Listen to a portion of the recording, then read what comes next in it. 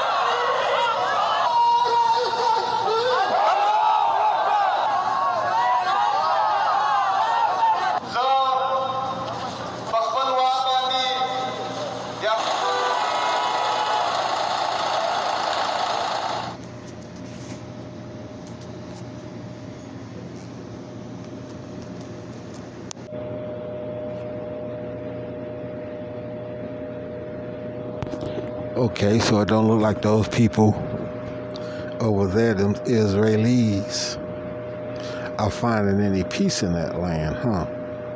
Okay, first of all, and considering the fact that they had Netanyahu, crossed out, you know how that looks, and they burnt the U.S. flag. So, but see, Afghan used to be allies of the United States. So you see, you know how this thing turns, and Esau's being exposed, and the biggest snake in Esau's arsenal right now is Babylon and this democracy thing that they done pushed around the world for all these years, and the people and the way they reacting to it is coming home to roost now. So let's go and go get that article real quick.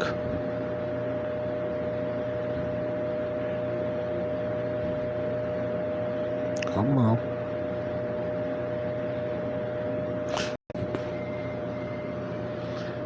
Okay, so here's the article: Afghan-United States relations. Okay, like I said, I pulled that up. As you can see, this is Wikipedia, which is the same title that was on the RT report.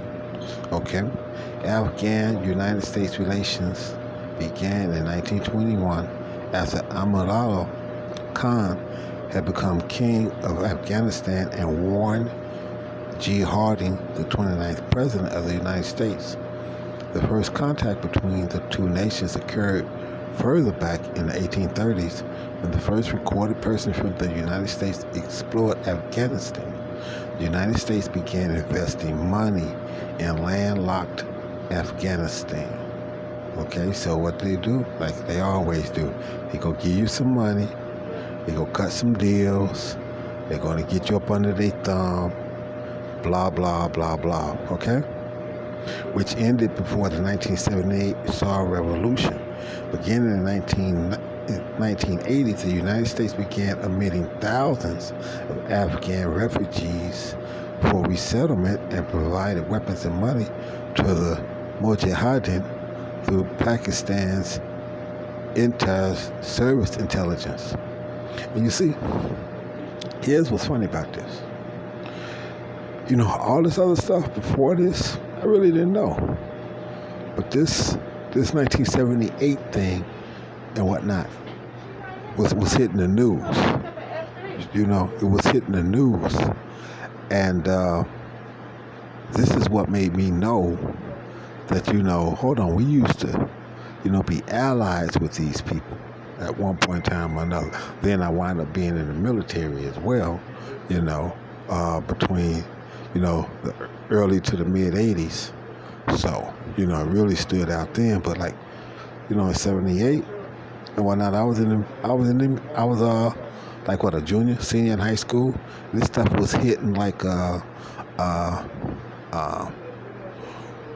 World News Report. It used to come on like Channel 7 and whatnot. You know, them little like news briefs and shit that'll be in between like commercial breaks and whatnot. You know, like you got a show on, then you get like you know, you got some commercials to jump on, then you get like you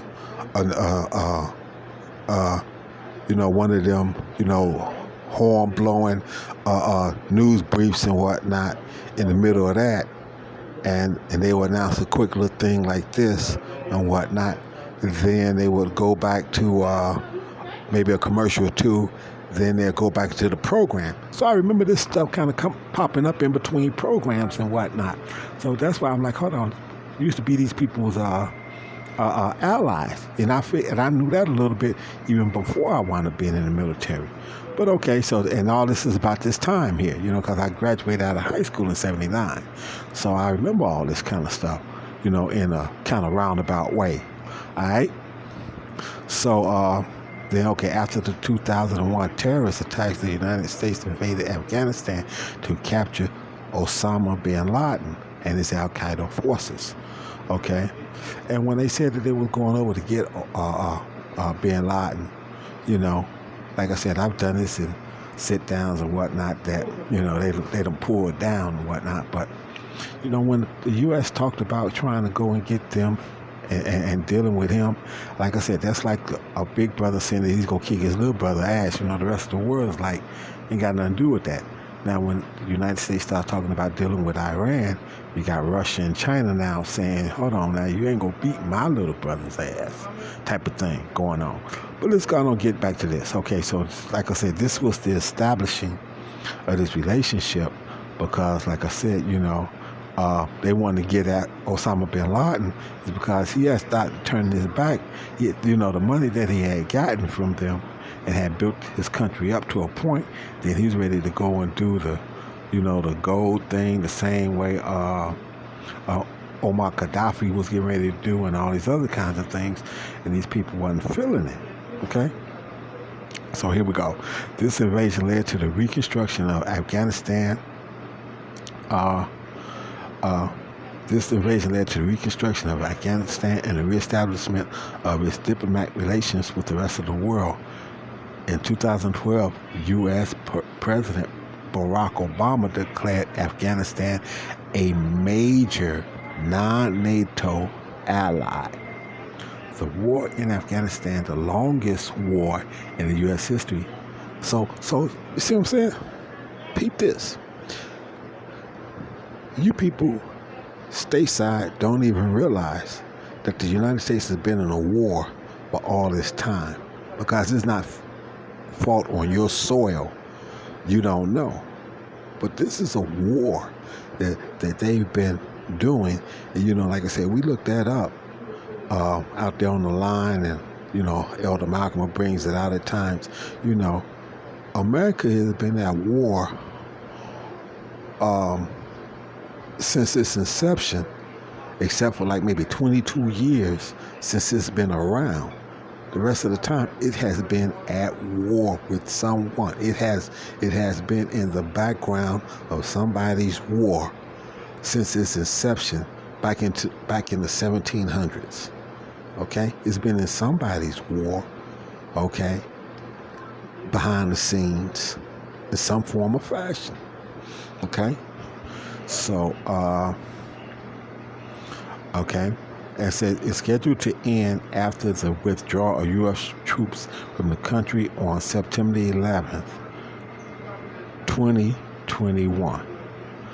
So like we tell you all the time, America has got over 800 garrisons, 800 military holdings of some kind in other people's countries. It's got over 800 of these all around the world. And they've been in somebody's place, putting their lives and fighting tactics in place. Okay.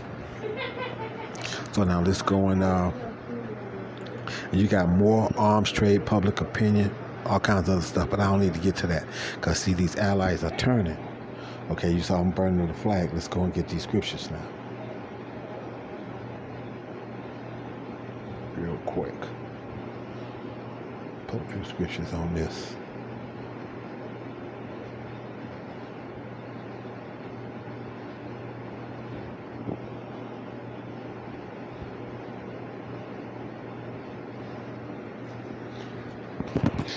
Obadiah 1:7. All the men of thy confederacy have brought thee even to the border, the men that were at peace. This is an ally that were at peace with thee have deceived thee. So they taking their money now. Like there's that Duarte of the Philippines took the $33 million under Trump, or whatever the case might be, or maybe it was Obama and Trump. I think it was more probably Trump, but took the $33 million and then talked shit about America and said he should have took more money and blah blah blah blah blah. See, all the men of thy confederacy have brought thee even to the border. The men that were at peace with thee have deceived thee and prevailed against thee. They that eat thy bread have laid a wound under thee, and there's none understanding in him. So now this Edomite don't understand how these people got to gnaw the balls and the gall to take their money and then turn around and talk shit and all these other kinds of things. But ain't nobody scared. Like I said, they bit that bullet when they didn't have that nuclear power. But now they either got nuclear power themselves, like Pakistan and things of this nature, or they backed by nuclear power, whether it be China, Russia, or whatever. Okay? So ain't nobody going along with the U.S. bullshit no more. The next scripture. Proverbs 12:20. And the reason that it's going to sound like a broken record is because these are the last of the prophecies that are coming into the place. Like all this insurrection and things of this nature, especially in these other countries, this is the gathering of the Valley of Jehoshaphat. Okay, all these countries that are at war with each other are going to wind up eventually gathered in the Middle East, going at each other's juggler, and then they go stop and turn on you and try to fight Yahushua. Okay, so this is Proverbs 12:20. Deceit is in the heart of them that imagine evil, but to the counselors of peace is joy. Well, we're dealing with the first part. Deceit is in the heart of them that imagine evil. This Edomite imagines evil. Okay? But to the counselors of peace is joy. So see, we know that all this as men of GMS, part of the hope for elect, part of the prophets, standing on the corners, reading these scriptures and breaking them down, and able to get to have this insight that the Spirit through Yahweh Bashim Al Shai is revealing.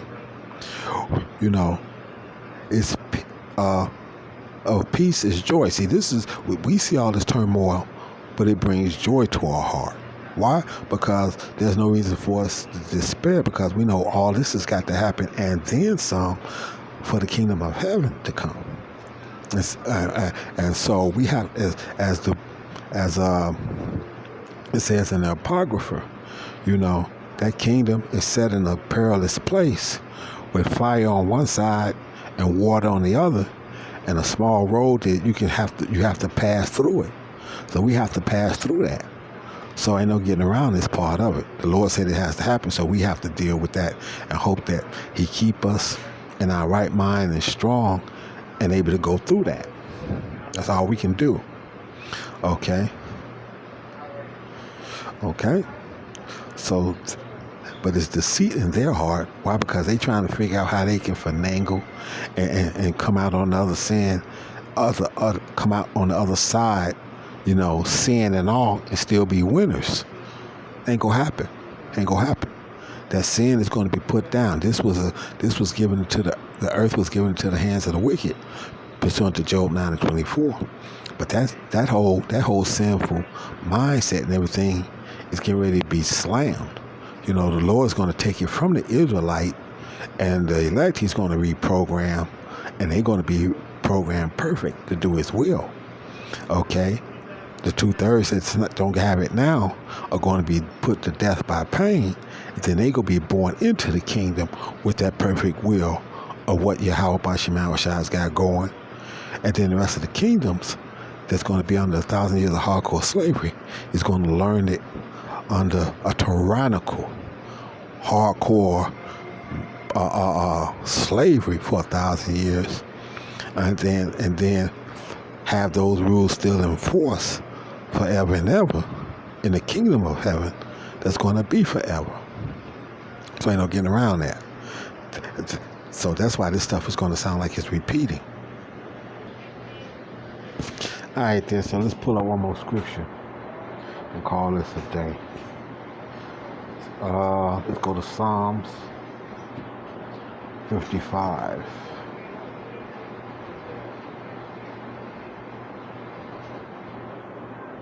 20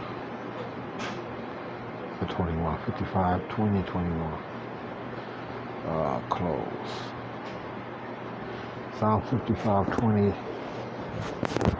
Psalm 55, 20, 21. Yeah, put forth His hands against such as be at peace with Him. He have broken His covenant. The words of His mouth were smoother than butter, but war was in His heart. His words were softer than oil, yet they were drawn swords. You see what I'm saying? So now those Afghanis, as you saw, was allies to him. Okay? But he break His covenant. He did that with the so-called natives, tribes of Gad and Reuben. Over 400 treaties that they had, all of them broken, every one. So this man, his words be smoother than butter, but he's got war in his heart. See how these scriptures show who he is, show what he does, show his mindset, show how he thinks, show how deceitful he is, how wicked he is, how the people that helped him get through a winter when he would have died is the same one that he turned around, they would have died from the cold. He turns around and then gives them blankets with smallpox and infects them. Okay? They probably gave him hides and whatnot, because the buffalo was a big thing, and they used them hides as blankets to get through. Then they turned around and gave them something that was softer, blankets, but they're infected with smallpox. This man is wicked, and he hasn't changed. So since he hasn't changed, that's why the Lord said, these are the vessels fitted for destruction. And these 2/3 Israelites, they want to be joined to him and want him to come into the kingdom. And no matter how you try to break it down and show his wickedness, they want to give him a pass. It's because of the fact that they don't have a world mentality and they don't know these scriptures. So with that all having been said, that should be edifying for the elect, that you do understand these scriptures and you do see the wickedness and you are willing to say whatever Yahweh Ba'ashem Yahushua has said is going to happen, is going to happen.